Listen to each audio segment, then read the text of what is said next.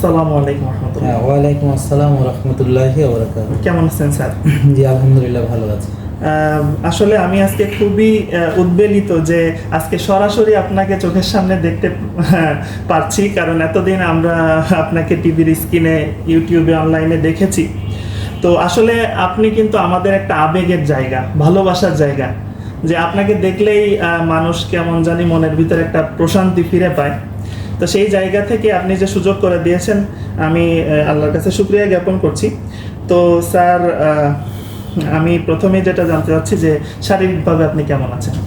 আলহামদুলিল্লাহ অনেক ভালো আছি আলহামদুলিল্লাহ। এই বয়সে মানুষ যেরকম থাকে, বয়স 50 হয়েছে এবং আমার কাছে মনে হয় যে আমার বয়স যখন 30 ছিল বা 25, 20 বা 15, তার চাইতে সব দিক থেকে, শক্তির দিক থেকে, এনার্জির দিক থেকে, মানে মনে হচ্ছে আগের চেয়ে অনেক বেটার আছে। অর্থাৎ মানুষ যে বলে না যে বয়স বাড়লে মানুষ দুর্বল হয়, আসলে চাইলে কিন্তু বিপরীত করেও দেখানো যায়। আর আমরা এখন এখানে আসলে বসে আছি, এটা হচ্ছে জেকে লাইফস্টাইল লিমিটেড। এই জেকে লাইফস্টাইল লিমিটেডের হচ্ছে আমাদের মূল যে কোম্পানি, তার ভিতরে হেলথ রেগুলেশন আছে, যেটা আসলে সবাই চিনে আর কি। নাহলে অনেকে বলবে যে হেলথ রেগুলেশন আবার কোথায় গেল। হেলথ রেগুলেশন আছে, আলটিমেট অর্গানিক লাইফ আছে, যেখান থেকে আমাদের প্রোডাক্টগুলো যায়। এছাড়া ফিটনেস সেন্টার আছে, জিম সেন্টার আছে, তাছাড়া আমাদের রেস্টুরেন্ট আছে, ফুড অ্যারেনা আছে।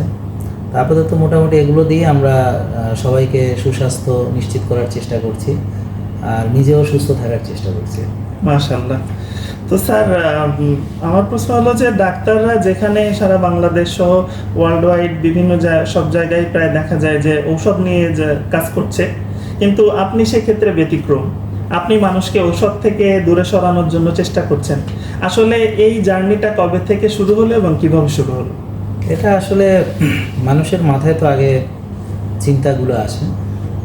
তো সবাই আমরা চিন্তা করতে ভালোবাসি বা কারণে অকারণে চিন্তা করে থাকি। চিন্তা করে করে কেউ রোগ ব্যাধিও বাঁধায়, আবার চিন্তা দিয়ে ভালো কিছুও তৈরি করা সম্ভব।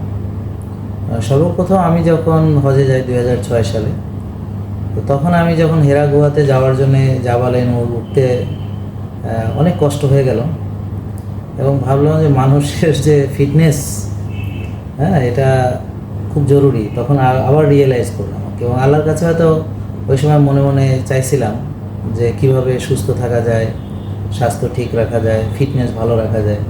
তো সেখান থেকে আমার আসলে মূলত চেষ্টা, প্রথমে নিজে ফিট থাকার জন্য চেষ্টা করেছিলাম।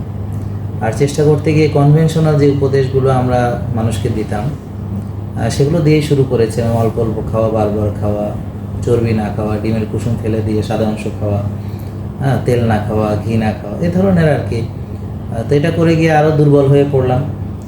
তারপরে বিভিন্ন রকম যেই পরামর্শগুলো আমরা রোগীদের দিই, আমি নিজেও অনেক চেষ্টা করে দেখলাম যে ইটস নট ওয়ার্কিং। তখন মনে হলো যে সামথিং ইজ রং। তখন আবার নতুন করে ভাবা শুরু করলাম, নতুন করে পড়াশোনা আবার স্টার্ট করলাম, ইন্টারনেট ঘাটাঘাটি করা শুরু করলাম। এভাবে করতে করতে দেখলাম যে আস্তে আস্তে ওজন কমানোর জন্য যে মূল দায়ী, সেটা হচ্ছে আসলে আমরা যেটাকে কেউ চিনি না, সেটা হচ্ছে ইনসুলিন। তো ইনসুলিন যাদের কম, তাদের ওজন তো কমতেই থাকে। ওদের যেমন টাইপ 1 ডায়াবেটিস রোগী, ওদের কিন্তু লিন অ্যান্ড থিন বডি, ওদের কঙ্কালসার দেহ, আর ওদের কমপ্লেন হচ্ছে ওজন কম। আবার যাদের ইনসুলিন অনেক বেশি বডিতে, তাদের ওজন খালি বাড়ে। তারা যদি বলে বাতাস খাই, পানি খাই, কিছু খাই না, তাও ওজন বাড়তেছে। তো এটা একটা মানে দিবালোকের মতো স্পষ্ট যে ইনসুলিন বেশি থাকলে কি, কম থাকলে কি। কিন্তু এটা নিয়ে এর আগে আমি কখনো ভালো করে, আমার ডাক্তার যারা স্যাররা আমাকে শিখিয়েছেন, চিনি নিয়ে অনেক তথ্য আছে। সুগার নিয়ন্ত্রণে রাখা, খালি পেটে সুগার মাপা, ভরা পেটে মাপা, খাওয়ার আগে পরে, ঘুমাতে যাওয়ার আগে গড় মাপা, HbA1c দেখা, ডায়াবেটিসের, এগুলো নিয়ে প্রচুর আমরা পড়াশোনা করেছি। কিন্তু খুব ইন্টারেস্টিং যে হুমা আইয়ার নিয়ে, ইনসুলিন রেজিস্ট্যান্স নিয়ে বা ইনসুলিন বেশি না কম, এগুলো নিয়ে আসলে আমাদের ওরকম কনভেনশনালভাবে ওরকম কিছু হয়নি। আর তখন আস্তে আস্তে আমি মানে মাথায় চিন্তা আসা শুরু করে যে ওজন কমলে তো ডায়াবেটিস কমবে, প্রেশার কমবে, হৃদরোগের ঝুঁকি কমবে, এগুলো আবার বয়ে আছে। তা এখন এটাকে কিভাবে মানে কোরিলেট করা সম্ভব?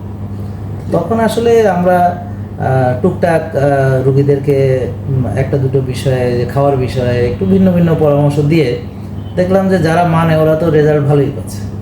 আবার দেখা যাচ্ছে ওজন কমাচ্ছে, সুগার কমে যাচ্ছে, ওষুধ কমে যাচ্ছে, ডায়াবেটিসের, ব্লাড প্রেশারের, এরকম তো ভালো। তো এখন বললাম যে তাহলে আরও কী করে ভালো করা যায়। তারপর আস্তে আস্তে ওদেরকে বললাম তাহলে ঘুম ঠিক করেন, তারপরে শ্বাসের ব্যায়াম করেন, আল্লাহর উপরে তাওয়াক্কুল করেন, তাহাজ্জুদ পড়েন, রোজা রাখেন। তো দেখি যে আরও ভালো রেজাল্ট পাচ্ছে।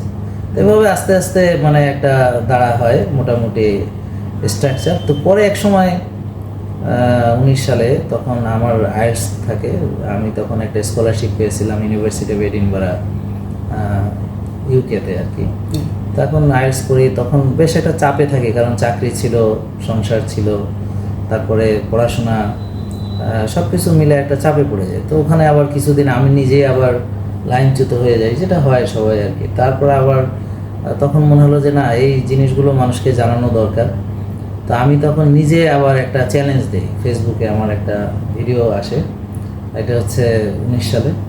তখন হচ্ছে আমি বলি যে এনাফ ইজ এনাফ, একটা পোস্ট দিই, এখন থেকে আমি স্বাস্থ্যকর লাইফস্টাইল মেনটেন করব, আমি সুস্থ খাবো, ব্যায়াম করব। তো দেখি আমার ওজন কয়দিনে কত কেজি কমে। 21 দিনের একটা চ্যালেঞ্জ নিয়ে আমি আমার জার্নিটা স্টার্ট করি, যেটা কীভাবে মিডিয়াতে আসলো আর কি।